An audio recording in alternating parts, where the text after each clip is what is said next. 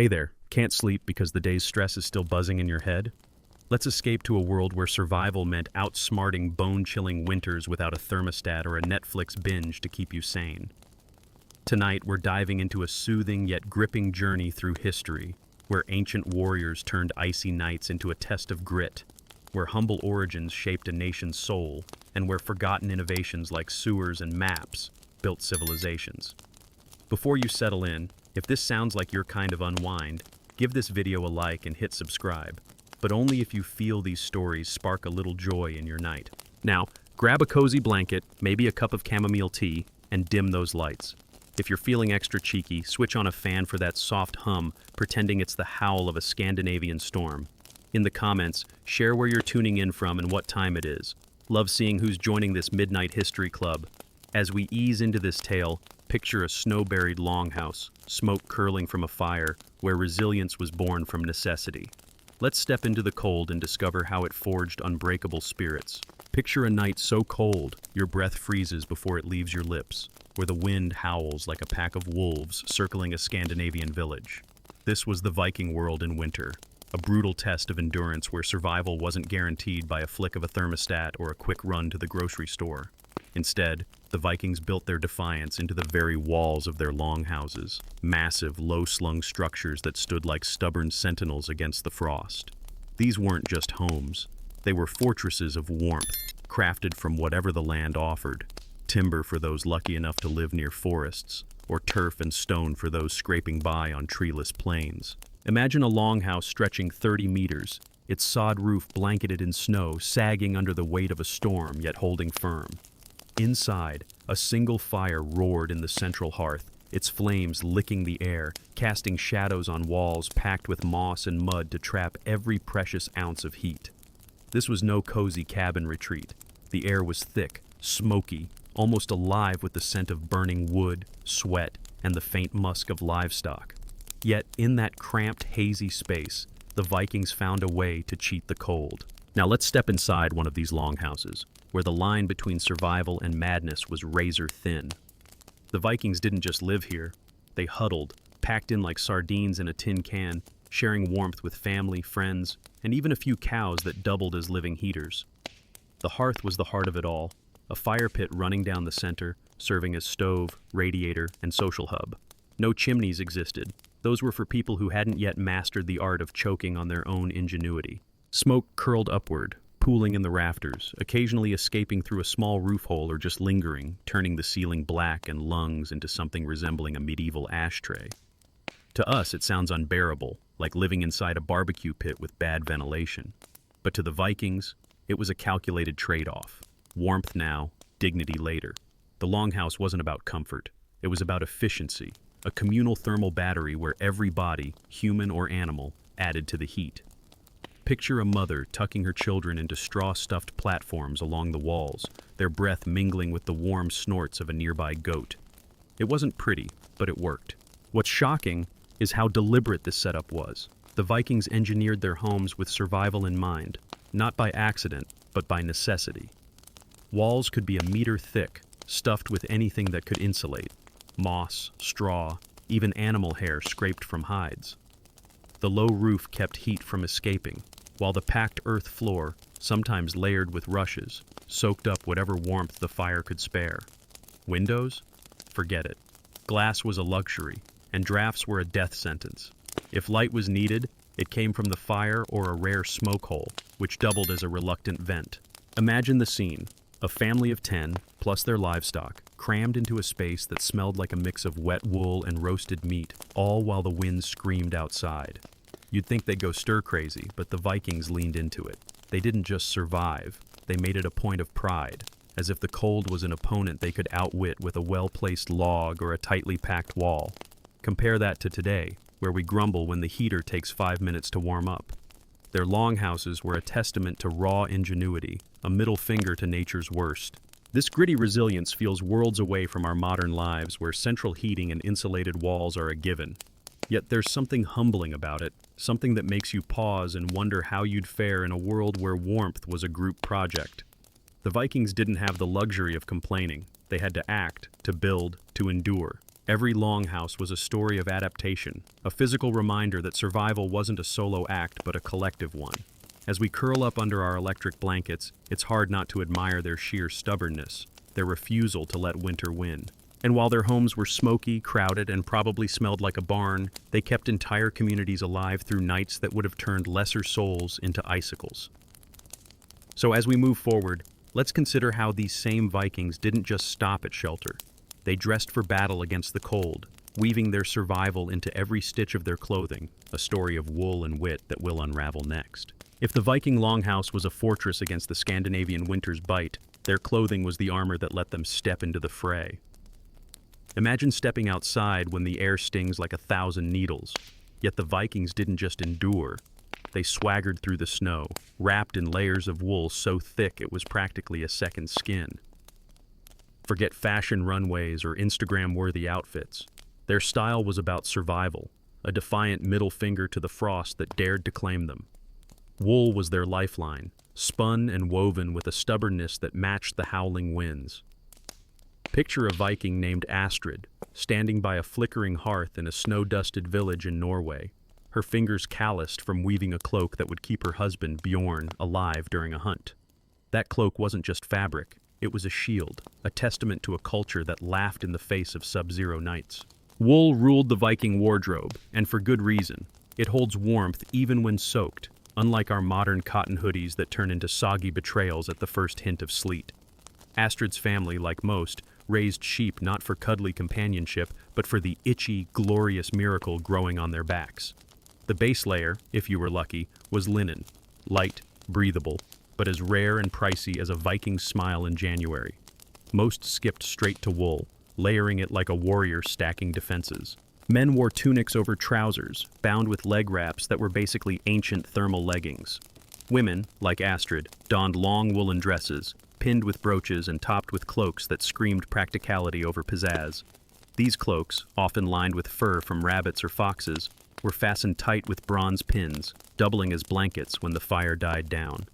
Imagine Bjorn trudging through a blizzard, his cloak flapping but holding fast, the wool so dense it felt like he was carrying half a sheep. It wasn't glamorous, but it was a lifeline, a barrier between life and a frostbitten end. Now let's talk about the shocking ingenuity of their waterproofing, because the Vikings didn't just layer, they innovated. Boots, crafted from cattle or seal hide, were slathered with fish oil or animal fat until they gleamed like greasy armor. Smell like a jerky factory? Sure. Stay dry in a sleet storm? Absolutely. For the truly hardcore, like a fisherman named Eric braving icy fjords, they'd sew cleaned animal intestines into a kind of proto-raincoat. Yes, you heard that right. Guts, scraped and stitched, keeping the snow at bay. Picture Eric chuckling as his crewmates mocked his gut coat, only to watch them shiver while he stayed dry. Hats and mittens, often felted wool beaten into a dense, windproof mat, completed the ensemble. If your hands froze, you stuffed them into your cloak and prayed no one noticed your fingers turning blue. Compare that to our heated gloves and Gore-Tex jackets, and you can't help but marvel at their grit. The Vikings didn't just dress, they armed themselves against nature's worst. What makes this all the more humbling is how every stitch carried a story of survival. Wool wasn't just clothing, it was currency, status, and legacy. A coarse, patchy cloak marked you as practical or poor, while a tightly woven, dyed one, maybe a rare blue from imported woad, screamed wealth. Astrid's careful weaving wasn't just for warmth, it was for pride, a signal that her family could stand tall in a world that tried to freeze them solid. Unlike our disposable fast fashion, a good Viking cloak was patched, repaired, and passed down, sometimes outlasting its owner. As we sit in our climate-controlled homes, grumbling about a chilly morning commute, the Vikings' relentless layering feels like a quiet rebuke. They didn't just survive, they thrived, turning sheep's wool into a badge of defiance. And while their clothes kept them warm, it was their food, dense, fatty, and unapologetically practical, that fueled their bodies through the darkest months, a tale of sustenance we'll dig into next. If the Vikings' woolen armor shielded them from the icy claws of a Scandinavian winter, their food was the fuel that kept their bodies burning through the darkest months. While their longhouses held the cold at bay and their cloaks wrapped them in defiance, it was what they ate that truly sustained them. a diet so dense and unapologetic it makes our modern kale smoothies look like a cruel joke. Picture a Viking named Sigrid, stirring a steaming cauldron over a smoky hearth in a snowbound village in Denmark. The air is thick with the scent of boiled meat and sour milk, a far cry from our sterile kitchens with their buzzing fridges. For Sigrid and her kin, food wasn't just sustenance, it was survival, a calculated stack of calories to outlast nights that stretched longer than a bad day at the office. Every bite was a rebellion against the frost, a refusal to let winter win. Let's sit at Sigrid's table where the menu wasn't about finesse but about fortitude. Meat, pork, mutton, or whatever game a hunter like Bjorn dragged back, was the backbone, often boiled into hearty stews with root vegetables like turnips or carrots, thickened with oats until it clung to your ribs like a warm hug. Fish, especially cod or herring, was preserved in ways that would make your nose recoil. Take lutefisk, for instance. White fish soaked in lye until it was less a meal and more a dare, its pungent aroma wafting from the rafters where it hung like a grim trophy. Yet this wasn't just food, it was a lifeline, immune to spoilage through months of relentless cold. Dairy was another cornerstone, with hard, salty cheeses and butter stored from summer's bounty, so tough you could probably chuck them at a wolf and win.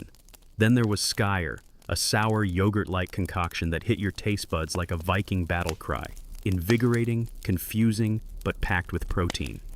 Imagine Sigrid spooning skyr to her children, their faces puckering but their bodies fueled for another day. Here's the shocking part. When flour ran low, the Vikings didn't panic. They innovated, grinding tree bark to stretch their grain into dense, dark flatbreads. Yes, tree bark, baked into loaves that weren't winning any culinary awards but kept blood sugar from plummeting in a world without energy bars. Picture a weary farmer, Olaf, chewing on this gritty bread, washing it down with mead, the honeyed ale that wasn't just a drink, but a caloric lifeline. Mead and ale weren't mere indulgences. They were morale boosters, warming toes and dulling the memory of sharing a bed with a snoring goat. Unlike our grocery stores stocked with endless choices, the Vikings planned their meals months in advance, smoking, salting, or fermenting everything to ensure winter didn't starve them out. Sigrid's careful preservation of fish or Olaf's hoarded barley wasn't just cooking, it was strategy, a chess game against nature's harshest moves. As we sip our lattes and fuss over carb counts, the Vikings' diet feels like a stark reminder of what it means to eat for survival.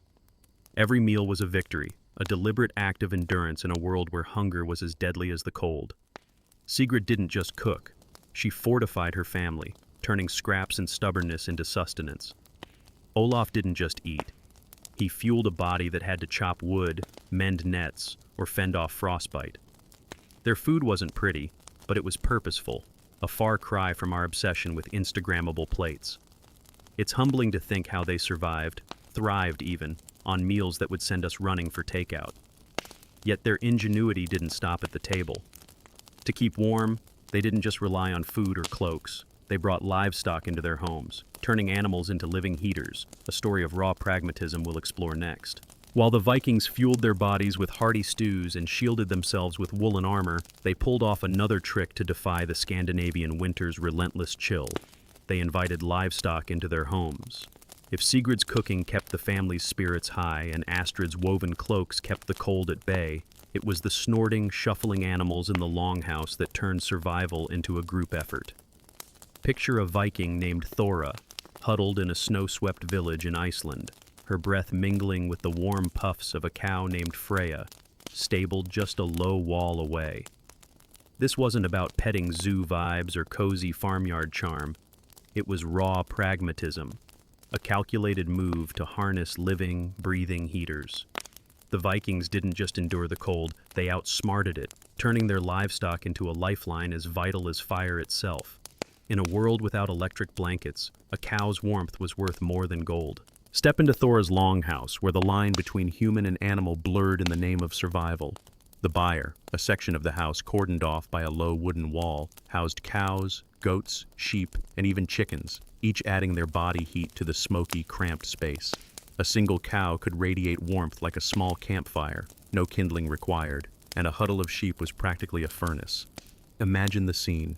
Thora's children, wrapped in wool, curl up closer to the byre on a night so cold the walls creak with frost. The air smells of hay, manure, and survival, a pungent cocktail that would make our modern noses recoil, but was music to Viking lungs.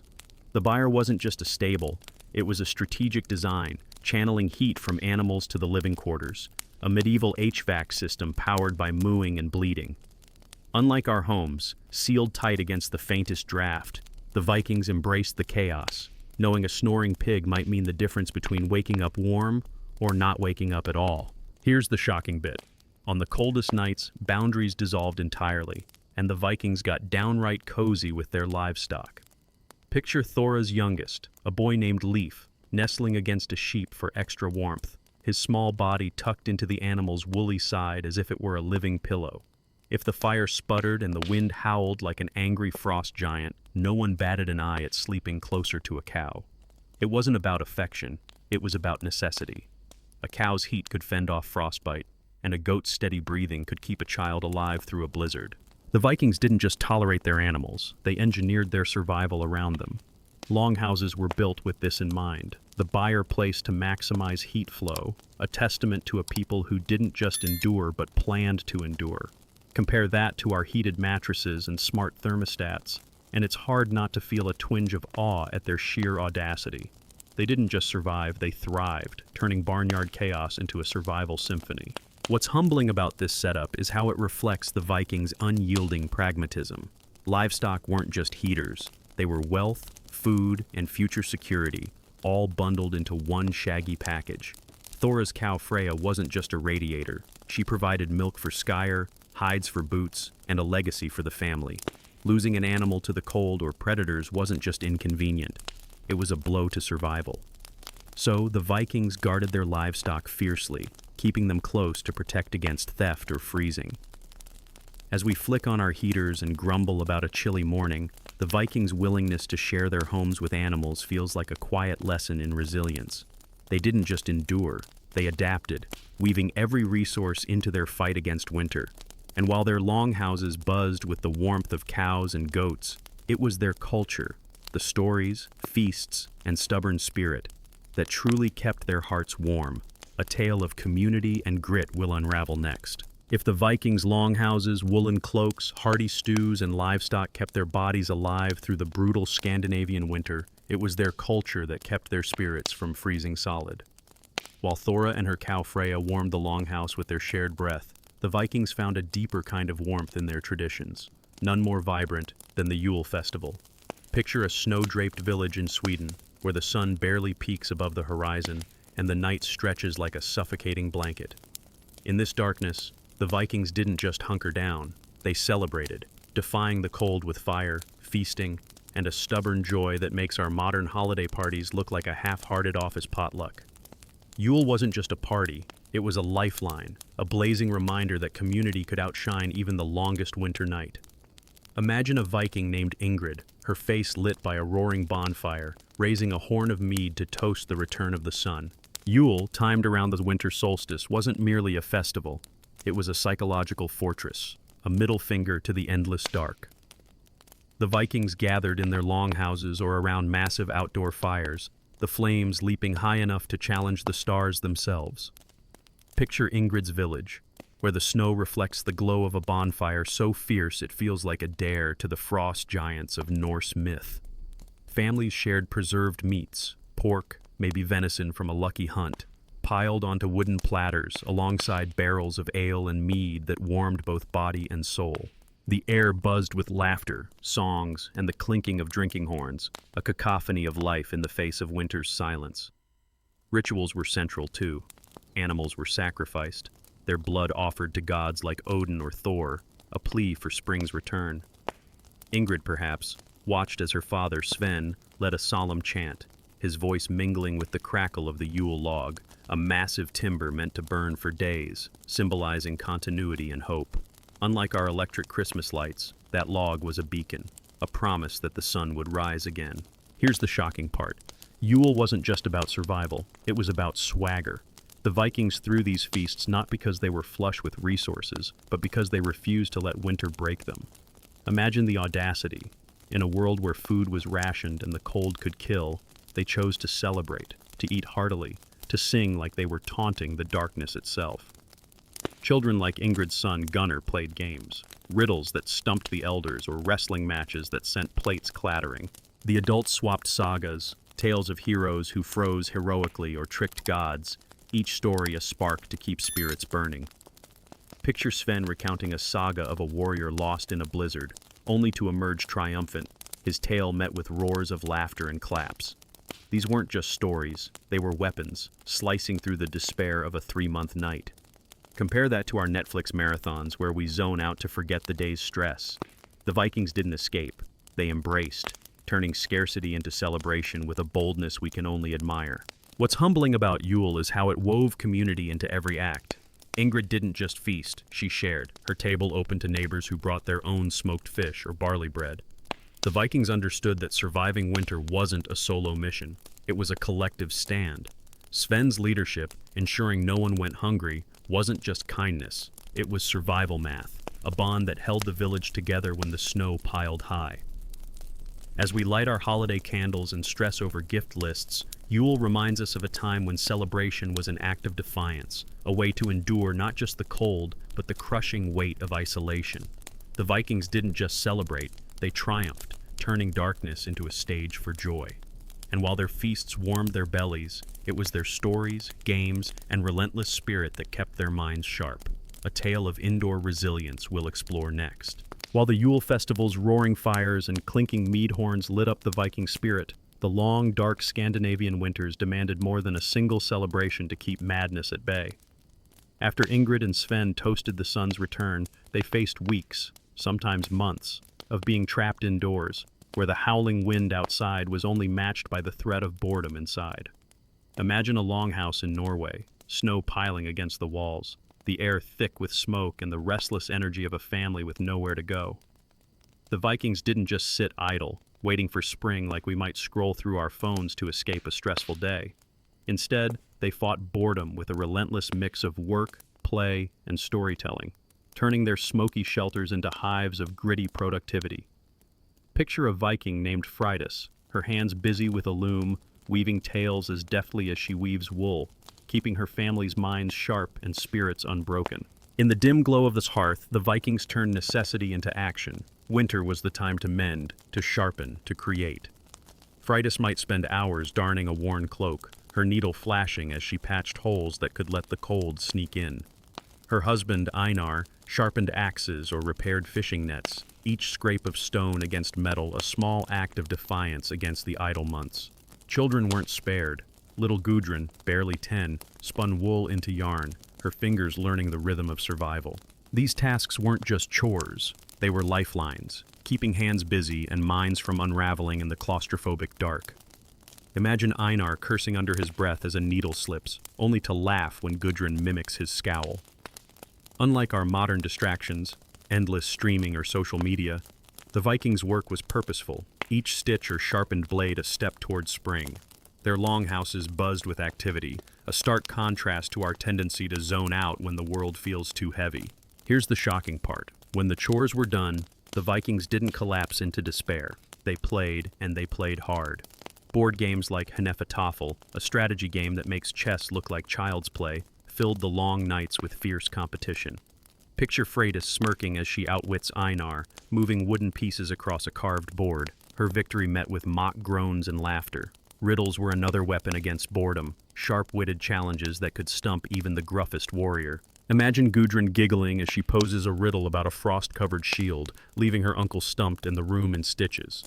And when things got really dull, the Vikings weren't above a bit of roughhousing, impromptu wrestling matches that sent cups clattering and startled the goats in the byre. The shock isn't just their playfulness, it's how they turned confinement into a stage for cunning and camaraderie, a far cry from our binge-watching marathons that leave us feeling emptier than before. What's humbling is how these activities weren't just distractions, they were survival. Freydis didn't just weave, she wove resilience, each thread a promise of warmth for the next storm. Einar didn't just sharpen tools, he honed hope, preparing for the battles of spring. The Vikings understood that a mind left idle in winter could rot faster than a neglected fish. Their stories, games, and work were a rebellion against despair, a way to endure not just the cold, but the crushing weight of endless nights.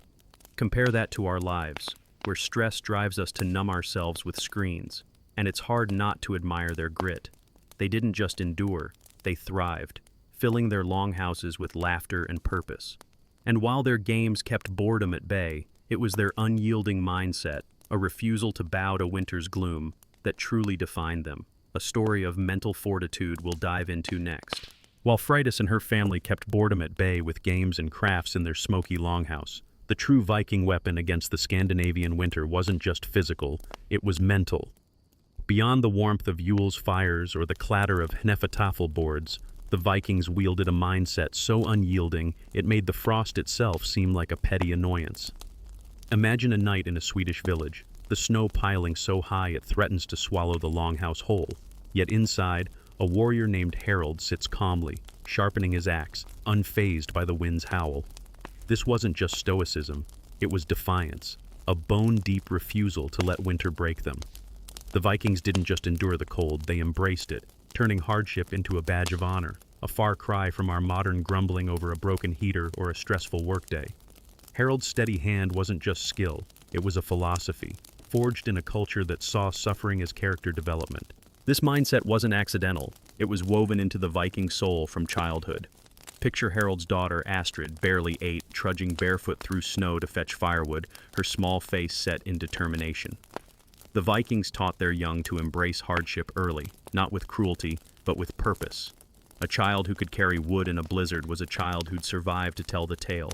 Norse mythology fueled this grit, with stories of frost giants and Fimbulwinter, a mythic endless winter before the world's end, reminding them that cold was just a test from the gods. Imagine Harold telling Astrid a saga by the hearth, his voice low as he describes a hero outwitting a blizzard, his words planting seeds of resilience. Unlike our therapy apps and self-help books, the Vikings didn't need motivational quotes. They had tales of warriors who laughed at storms, making today's mindfulness mantras feel like weak tea.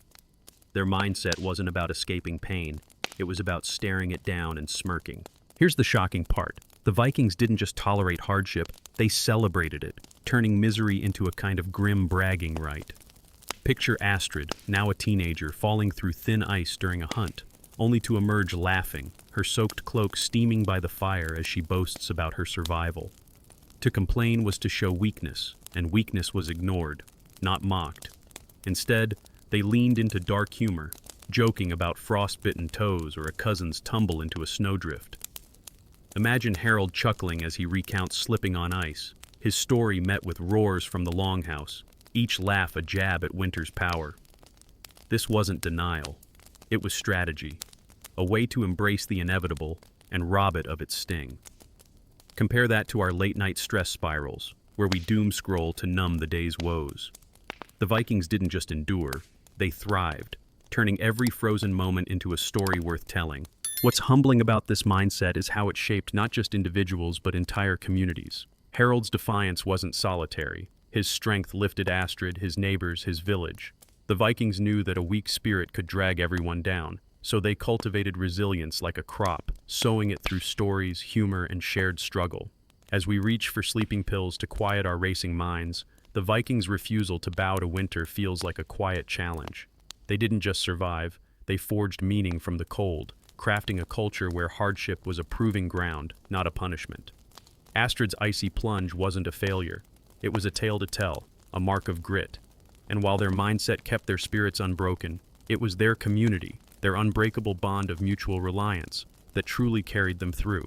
A story of unity will unravel next. If Harold's unyielding mindset turned winter's bite into a test of Viking grit, it was the strength of community that truly anchored his people through the darkest Scandinavian months.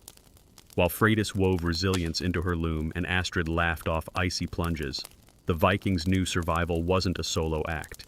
It was a chorus, sung by every member of the village. Picture a snowbound hamlet in Denmark, the longhouses buried under drifts so deep they blur into the landscape. Yet inside, a woman named Lagertha opens her door to share a smoked fish with a struggling neighbor. This wasn't charity for the sake of kindness, it was survival math. A calculated bond that ensured no one froze or starved alone. The Vikings didn't just endure winter's wrath, they bound themselves together, weaving a net of mutual reliance stronger than any storm. In a world without social safety nets or delivery apps, Community was their lifeline. Step into Lagertha's village, where the longhouse wasn't just a home, but a shared fortress. Families clustered in tight-knit farms or settlements, each longhouse a node in a network of interdependence. When food ran low, Lagertha didn't hoard her last slab of salted pork. She shared it, knowing her neighbor Bjorn would return the favor with firewood or a mended net. Imagine Bjorn trudging through knee-deep snow, his arms laden with logs to help repair a collapsed roof for a widow named Sigrid. This wasn't just neighborly goodwill, it was a pact, a silent agreement that every hand kept the village alive. During midwinter feasts like Yule, this bond tightened. Tables groaned under shared platters of preserved meat, and mead flowed not just for cheer but to cement trust.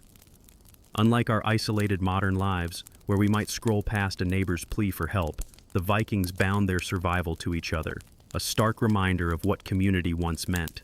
Here's the shocking part. This unity wasn't just practical, it was enforced with a social sting sharper than any frost.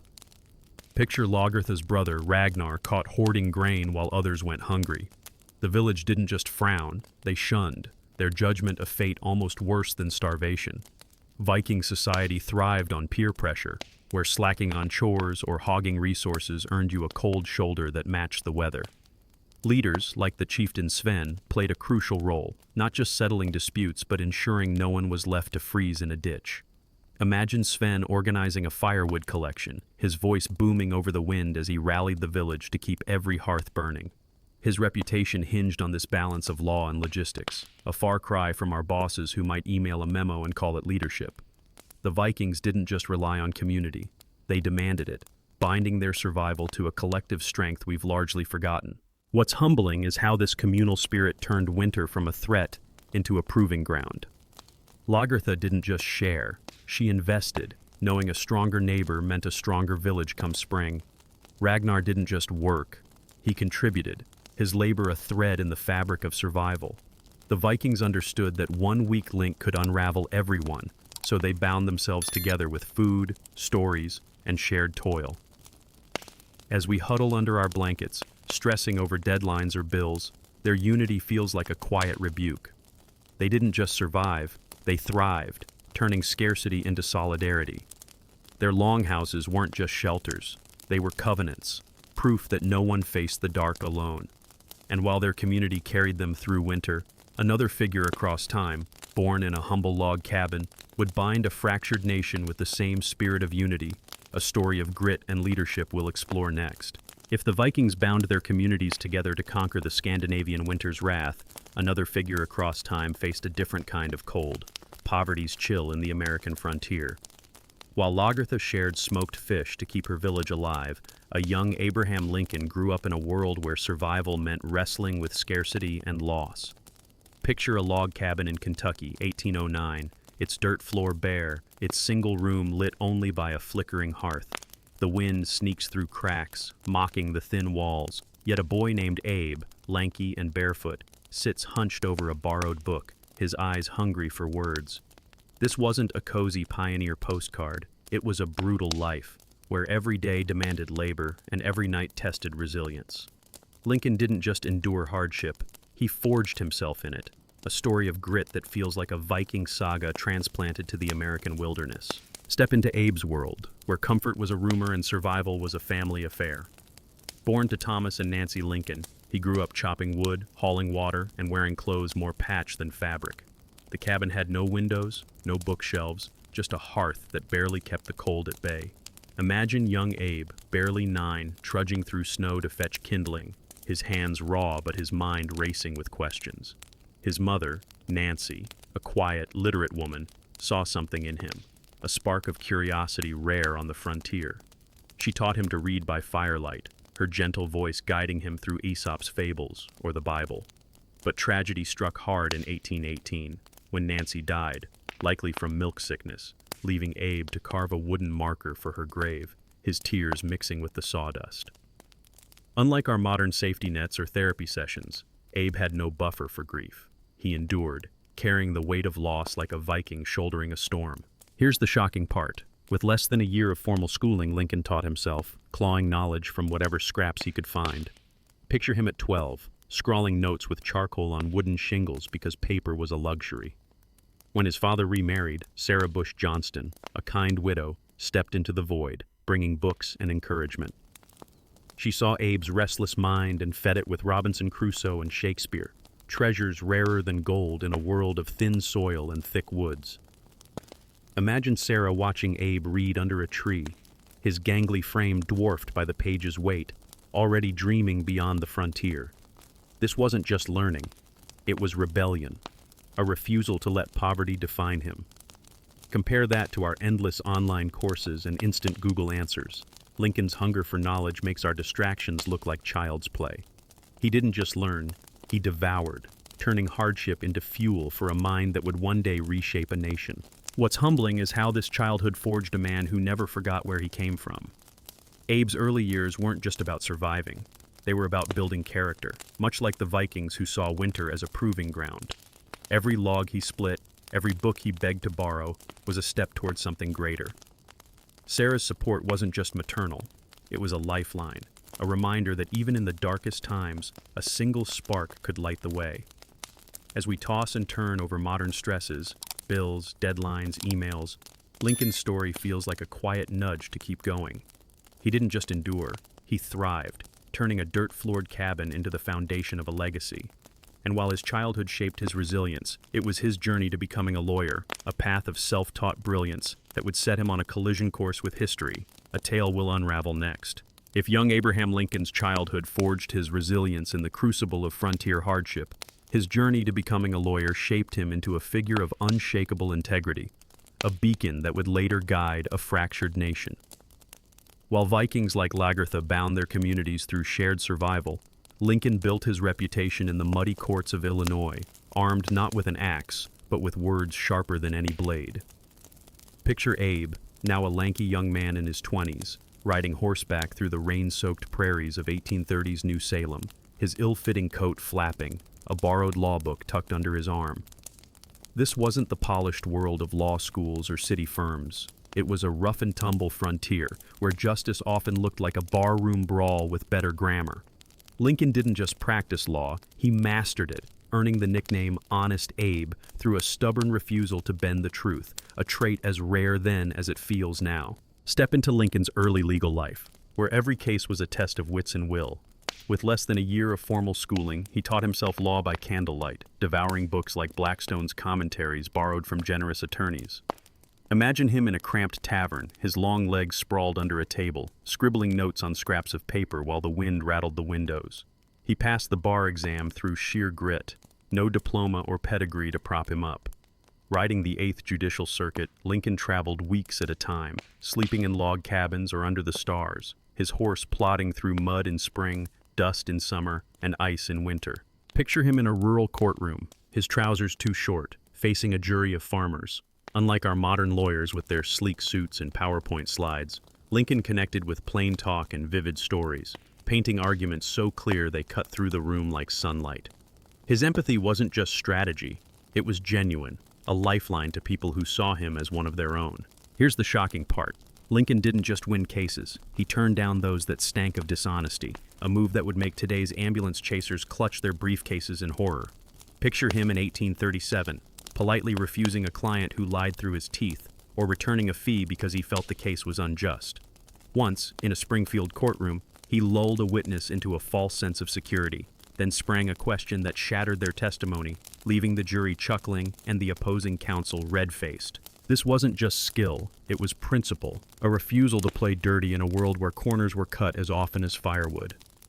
Imagine the whispers spreading, "That's Honest Abe, the lawyer who'd rather lose than lie." Unlike our era of spin and sound bites, Lincoln's honesty wasn't a slogan, it was earned, a reputation carved from countless small acts of integrity. His courtroom battles weren't just about winning, they were about truth, a foundation he'd carry into the political arena. What's humbling is how Lincoln's frontier roots shaped his legal career, much like the Vikings' winter forged their communal strength. Every muddy mile he rode, every case he argued was a step away from that Kentucky cabin, yet he never forgot the people he served. Farmers and widows trusted him because he spoke their language, not above them but with them, a stark contrast to our often distant leaders. As we wrestle with modern stresses, office politics, endless emails, Lincoln's dogged pursuit of justice feels like a quiet call to stand firm.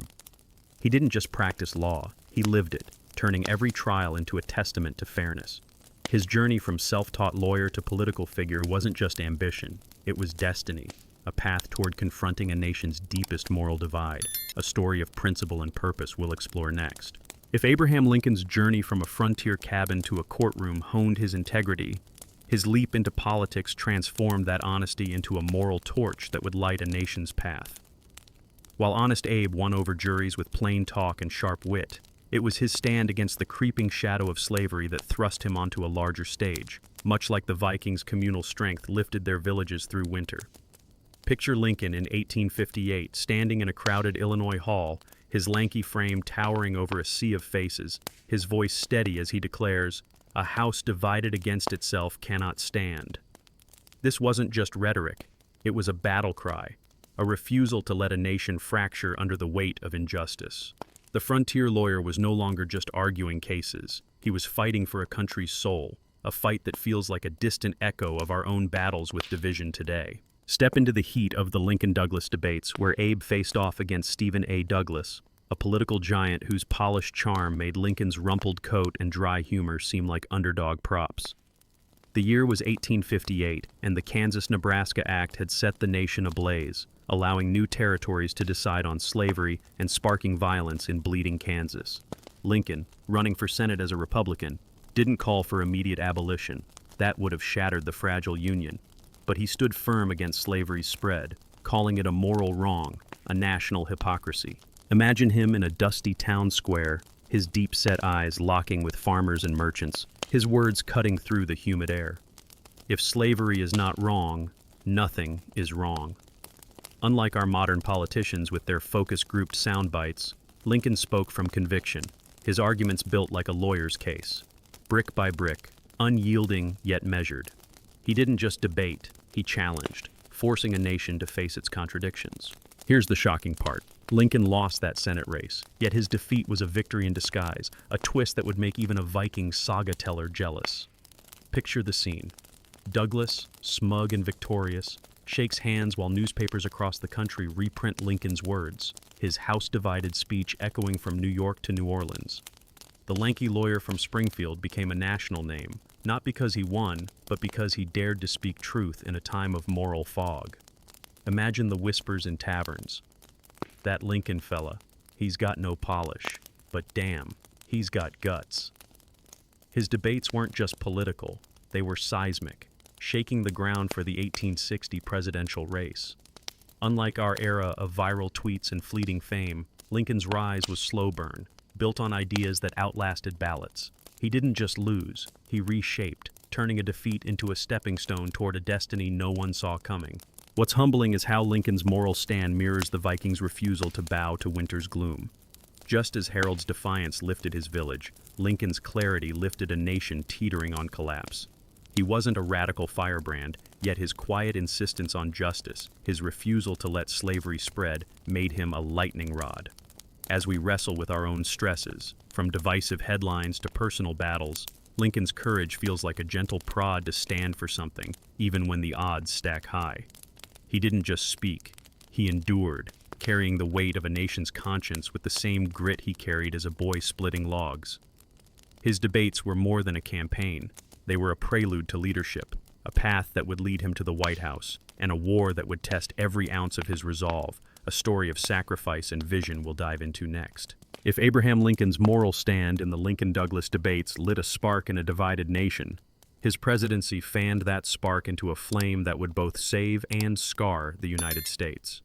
Just as the Vikings bound their communities to survive winter's wrath, Lincoln faced a fractured country, binding it with resolve and sacrifice. Picture him in 1861, stepping into Washington under cover of night, his lanky frame disguised to dodge assassination threats before he even took the oath. This wasn't a triumphant arrival, it was a grim march into a storm, with the Union unraveling as Southern states seceded faster than a modern Twitter feud. Lincoln didn't just lead, he wrestled with a nation at war with itself, his presidency a crucible of leadership that makes our daily stresses Deadlines, emails, endless Zoom calls seem like petty squabbles. Yet through it all, he carried a vision of unity, forged in the same grit that carried him from a Kentucky cabin to the White House. Step into the chaos of Lincoln's early presidency, where the Civil War erupted just weeks after his inauguration. The first shots at Fort Sumter in April 1861, igniting a conflict that would claim over 600,000 lives. Lincoln, with no military experience beyond a brief stint in the Black Hawk War, became a commander-in-chief learning on the fly. Imagine him in the War Department, his eyes heavy from sleepless nights, poring over maps and telegrams, his long fingers tracing troop movements while generals like George McClellan frustrated him with caution. "If General McClellan does not want to use the army, I would like to borrow it for a while," Lincoln quipped, his dry humor cutting through the tension like a knife. Unlike our modern leaders with advisors on speed dial, Lincoln taught himself strategy, reading military texts and questioning his generals, his resolve unshaken even as battle reports piled up like snowdrifts. He didn't just govern, he endured, steering a nation through its bloodiest chapter with a clarity that reshaped its soul. Here's the shocking part. Lincoln's greatest act wasn't just preserving the Union, it was redefining it, turning a war for unity into a crusade for freedom. By 1863, as the war dragged into its third year, he issued the Emancipation Proclamation, declaring slaves in Confederate territories free. Picture the moment. January 1st, 1863, Lincoln signing the document in the White House, his hand trembling from shaking hands at a reception, yet his will steady as steel. This wasn't just policy, it was moral thunder. A decree that shifted the war's purpose and gave thousands of black men the chance to fight for a nation that had long denied them. The proclamation didn't end slavery outright, but it slammed the door on foreign support for the Confederacy and rewrote the war's story. Imagine the whispers in freedmen's camps. Lincoln's freed us, while newspapers raged or rejoiced. Unlike our era's performative gestures, Lincoln's act was a calculated risk, a move that could have lost him the border states but won him history's respect. He didn't just lead, he transformed, planting the seeds for a new America. Yet, what's humbling is how Lincoln bore this burden alone, his face growing gaunt, his eyes carrying the war's weight as he read letters from grieving mothers. Picture him at Gettysburg in 1863, delivering a 272-word speech that redefined the nation's purpose, a new birth of freedom. His second inaugural in 1865, with malice toward none, with charity for all, wasn't the crowing of a victor, but the plea of a healer. Just days after the war ended, on April 15, 1865, tragedy struck. John Wilkes Booth shot him at Ford's Theater, and Lincoln died the next morning. Imagine the nation's grief, Black Americans weeping in the streets, even former foes mourning the man who might have healed the divide. As we wrestle with our own sleepless nights, Lincoln's story, his rise, his resolve, his end, feels like a quiet call to endure our own battles with grace. He didn't just govern, he sacrificed, leaving a legacy that echoes through time. And while his leadership bound a nation, other civilizations bound their societies through the mundane yet vital act of sanitation, a story of survival we'll explore next. If Abraham Lincoln's presidency bound a nation through moral resolve, the Vikings' survival hinged on binding their communities through gritty, practical ingenuity, even in the most mundane aspects of life, like staying clean. While Lincoln navigated the chaos of war, Vikings like Lagertha faced a quieter but no less vital battle, keeping filth at bay in a world where winter locked them in smoky longhouses with livestock. Picture a Viking settlement in Jorvik, modern-day York, 9th century. The snow piling high outside as a woman named Frida trudges to a wooden latrine pit, its roof shielding her from the icy wind. This wasn't about spa-like luxury or Instagram-worthy cleanliness. It was about survival, a stubborn refusal to let dirt and disease win. The Vikings didn't just endure the cold, they managed it, keeping their bodies and homes as clean as a frozen, livestock-filled world allowed, a feat that makes our hot showers and scented soaps feel like cheating. Step into Frida's world, where hygiene was less about comfort and more about outsmarting nature's traps. In settlements like Jorvik or Hedeby, latrines were simple but effective. Timber-lined pits dug a short distance from the longhouse, often covered with a wooden structure to keep out snow and offer a shred of privacy. Imagine Frida, bundled in wool, squatting over a latrine while the wind howls, the air sharp with the scent of pine and earth. Inside the longhouse, chamber pots were used during the worst of winter, their contents emptied into dung heaps or those same latrine pits when the weather allowed. Unlike medieval cities that tossed waste into streets, the Vikings managed their refuse with care, sometimes even composting it to enrich the soil. Picture Frida's husband, Ivar, hauling a bucket of waste to a heap outside, grumbling but knowing a clean home meant a healthy family.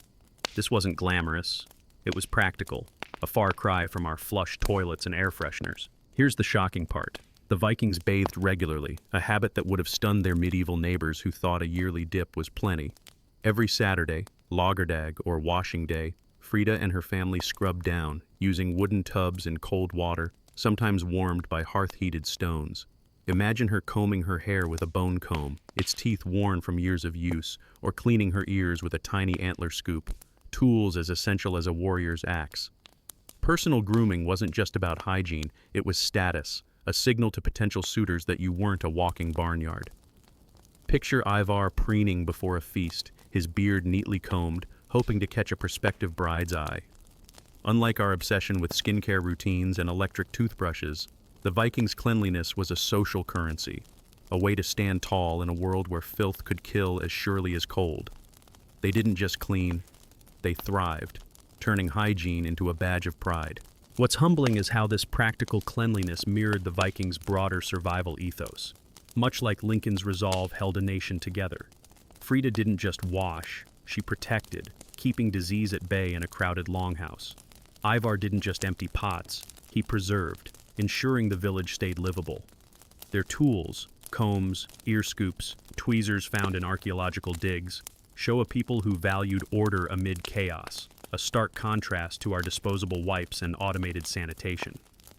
As we stress over daily grime or workplace pressures, the Vikings' dedication to cleanliness feels like a quiet nudge to find dignity in the small acts that keep us going. They didn't just survive, they managed, crafting a life where even hygiene was a victory. And while their latrines kept their villages clean, other ancient civilizations took sanitation to new heights, building systems that rivaled modern engineering, a story of ingenuity we'll explore next. If Frida's practical cleanliness kept Viking villages from succumbing to filth, another ancient civilization took sanitation to a level that would make even modern plumbers blink in awe. While Lincoln bound a nation and Vikings like Frida managed grime and smoky longhouses, the people of the Indus Valley, around 2600 BCE, engineered sewer systems that turned their cities into marvels of order. Picture Harappa, a bustling city in what's now Pakistan, its brick-lined streets gleaming under a desert sun, free of the stench that plagued later medieval towns. This wasn't some ancient spa town with lavender-scented fountains, it was a gritty triumph of planning, a middle finger to the chaos of waste. Imagine a merchant named Kavi, striding past a row of homes, each with its own toilet connected to a covered drain, his sandals clean despite the bustling crowds. The Indus Valley didn't just manage sanitation, they mastered it, crafting a system that makes our flush valves feel like a lazy shortcut. Step into Harappa's streets, where every house, from modest to grand, had a small room for washing, often with a squat-style toilet linked to a vertical chute. These chutes funneled waste into brick-lined sewers running beneath the city, a network so sophisticated it had inspection holes and gradients to keep things flowing. Imagine Kavi's wife, Lila, pouring a jar of water to flush their toilet, the waste vanishing into a drain that joins a larger public sewer, a far cry from the open ditches of later eras. The Indus people even separated stormwater from waste, ensuring their wells stayed clean, a feat that would have made Frida's dung heaps blush with envy. Picture Kavi checking a public well, its water clear, while a nearby drain carries refuse away, unseen. Unlike our modern cities, where burst pipes make headlines, Harappa's sewers were built to last, their bricks so precise they'd fit in a museum. This wasn't just plumbing, it was foresight, a blueprint for survival in a crowded world. Here's the shocking part. The Indus Valley had no palaces or temples towering over their cities, yet every home had access to sanitation, a democratic approach that would have baffled kings of later ages. Picture Lila, a weaver, using the same sewer system as a wealthy trader, her home as clean as his despite their different means. This wasn't about status, it was about health, a radical idea when most ancient societies let waste fester in streets. Archaeological digs reveal these sewers had baffles to trap solids, a trick so clever it feels like it was stolen from a modern engineering manual. Imagine Kavi marveling at a drain cover, its bricks aligned with a precision that mocks our slapdash DIY fixes. Unlike our disposable culture, where we toss out broken pipes, the Indus people built systems that endured centuries, their ingenuity buried but never forgotten. They didn't just clean, they revolutionized, setting a standard we're still chasing. What's humbling is how this sanitation mirrored the Vikings' practical ethos and Lincoln's vision for a unified nation. Kavi didn't just flush waste. He preserved his city's health, ensuring Harappa thrived without the plagues that later ravaged Europe. Lila didn't just clean her home. She contributed to a system that lifted everyone, a quiet act of civic duty we've lost in our rush for convenience. As we fret over clogged drains or workplace stress, the Indus Valley's ingenuity feels like a gentle nudge to value the systems that keep us alive. They didn't just survive, they engineered, crafting cities where cleanliness was a right, not a privilege. And while their sewers laid the groundwork for urban life, another civilization, ancient Egypt, wove hygiene into its spiritual fabric, a story of ritual and reverence we'll explore next. If the Indus Valley's sewers turned waste into a triumph of engineering, ancient Egypt wove cleanliness into the very fabric of its spiritual and social life, much like the Vikings managed hygiene with gritty pragmatism. While Kavi and Lila flushed their Harappa homes with precision, the Egyptians elevated hygiene to an act of worship, a sacred shield against impurity. Picture Thebes, 1500 BCE, its sun-scorched streets buzzing along the Nile, where a priest named Amenhotep bathes in a limestone basin, his skin gleaming with oils under the desert heat. This wasn't just about staying clean, it was about honoring the gods, a ritual as vital as Frida's weekly scrubs in Jorvik. The Egyptians didn't just wash, they sanctified, turning hygiene into a divine mandate that makes our morning showers and skincare routines look like a half-hearted afterthought. Step into Amenhotep's world, where cleanliness was less about practicality and more about purity, both physical and spiritual. In elite homes, bathing rooms featured stone basins where servants poured water scented with natron, a natural salt, and perfumed ointments, a far cry from the Vikings' cold water tubs. Imagine Amenhotep, his body shaved to avoid impurity, preparing to enter a temple, his every step a testament to divine order. Toilets were simpler. Wooden or limestone seats sat over ceramic pots, their contents dumped far from the city by slaves, ideally into the desert's embrace. Picture a servant Merit, hauling a heavy pot through Thebes' outskirts, her task unglamorous but essential to keep the household sacred. Unlike the Indus Valley's public sewers, Egyptian cities like Memphis often left streets soiled, with waste sometimes used as fertilizer in rural fields. This wasn't engineering brilliance, it was devotion, a stark contrast to our automated plumbing and disposable wipes. Here's the shocking part. Cleanliness in Egypt wasn't just for the living, it extended to the afterlife, a concept that would have left even Frida's practical mind reeling. Picture a pharaoh's tomb, its chambers stocked with treasures, including a carved toilet stool for eternal comfort. The Egyptians believed even the dead needed to stay clean, a priority so wild it makes our obsession with luxury bathrooms seem tame. Imagine Amenhotep's fellow priests bathing multiple times daily, even using enemas as spiritual prep before entering sacred spaces. These rituals weren't just hygiene, they were worship, a way to align with Ma'at, the cosmic balance that governed life and death. Unlike our germophobic hand sanitizers, their cleanliness was a bridge to the divine, warding off disease and chaos with oils and incantations. Merit's labor wasn't just grunt work, it was a sacred act, ensuring her master's purity in the eyes of the gods. What's humbling is how Egypt's obsession with cleanliness mirrors the Vikings' practical survival and Lincoln's moral resolve. Amenhotep didn't just bathe, he honored, preserving his soul's worth in a world where impurity was a sin. Merit didn't just empty pots, she upheld, maintaining the order that kept society intact. Archaeological finds, amulets to repel flies, tomb toilets, reveal a culture that saw hygiene as both status and salvation, a far cry from our casual soap bars and quick showers. As we stress over daily grime or workplace pressures, Egypt's sacred cleanliness feels like a gentle nudge to find meaning in routine acts. They didn't just clean, they revered, crafting a life where purity was power. And while their rituals kept bodies and souls aligned, another civilization, Rome, turned sanitation into a communal spectacle, a story of bold engineering we'll dive into next. If ancient Egypt wove cleanliness into a tapestry of spiritual reverence, the Romans turned sanitation into a bold, brash spectacle of engineering and community, much like the Vikings' gritty pragmatism kept their villages livable. While Amenhotep bathed to honor the gods, the Romans built public latrines that made hygiene a social event, as lively as a modern sports bar, but with worse plumbing. Picture Pompeii in the 1st century CE, its bustling streets alive with merchants and citizens, where a man named Lucius strides into a public latrine, greeted by the chatter of neighbors seated elbow to elbow on stone benches. This wasn't about privacy or Instagram-worthy aesthetics. It was about efficiency, a defiant middle finger to the chaos of urban waste. The Romans didn't just manage sanitation, they celebrated it, crafting systems that make our solitary flush toilets feel like a shy retreat from their communal glory. Step into Lucius's world, where public latrines were as common as temples, their long benches carved with rows of holes, no dividers in sight. Imagine him settling onto a cool stone seat, swapping gossip with a baker while a stream of water below carries waste away.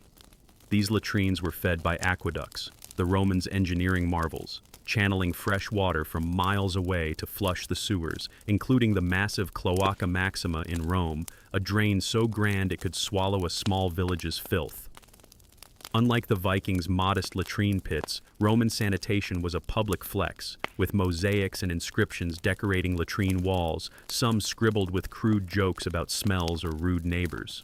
Picture Lucius chuckling at graffiti complaining about a clogged pipe, a far cry from our sterile bathroom stalls and air fresheners. For the wealthy, private latrines tied directly to sewers, but for the poor in cramped tenements, chamber pots were dumped, sometimes illegally, into streets, a messy reality the Romans managed with ruthless efficiency. Here's the shocking part. The Romans shared sponge sticks for wiping, passed around like a communal toothbrush, rinsed in water and vinegar. A hygiene move that would make our germ-obsessed selves gag. Imagine Lucius grabbing a tersorium, wiping, and passing it along, unfazed by the lack of privacy or the shared stick. This wasn't just bold, it was a cultural shrug, a belief that sanitation was a collective triumph, not a solo chore. Even more bizarre, Emperor Vespasian taxed urine from public urinals, a move so infamous his name still lingers in French and Italian terms for toilets. Picture merchants grumbling as they paid the pee tax, their coins funding Rome's sprawling infrastructure. Unlike our disposable toilet paper and private stalls, the Romans' latrines were loud, crowded, and unapologetic, a testament to a civilization that saw hygiene as a civic duty, not a personal retreat. They didn't just clean, they engineered, turning waste into a public performance. What's humbling is how Rome's communal sanitation echoes the Vikings' village unity and Lincoln's nation-binding resolve. Lucius didn't just use the latrine, he participated, contributing to a system that kept cities livable. The Cloaca Maxima wasn't just a sewer, it was a lifeline, preserving health in a way that later medieval cities forgot, drowning in their own filth. As we stress over clogged drains or workplace deadlines, Rome's bold approach feels like a quiet nudge to appreciate the systems that keep our world turning. Their latrines, with their shared sponges and cheeky graffiti, show a people who faced necessity with swagger, a stark contrast to our obsession with sanitized seclusion.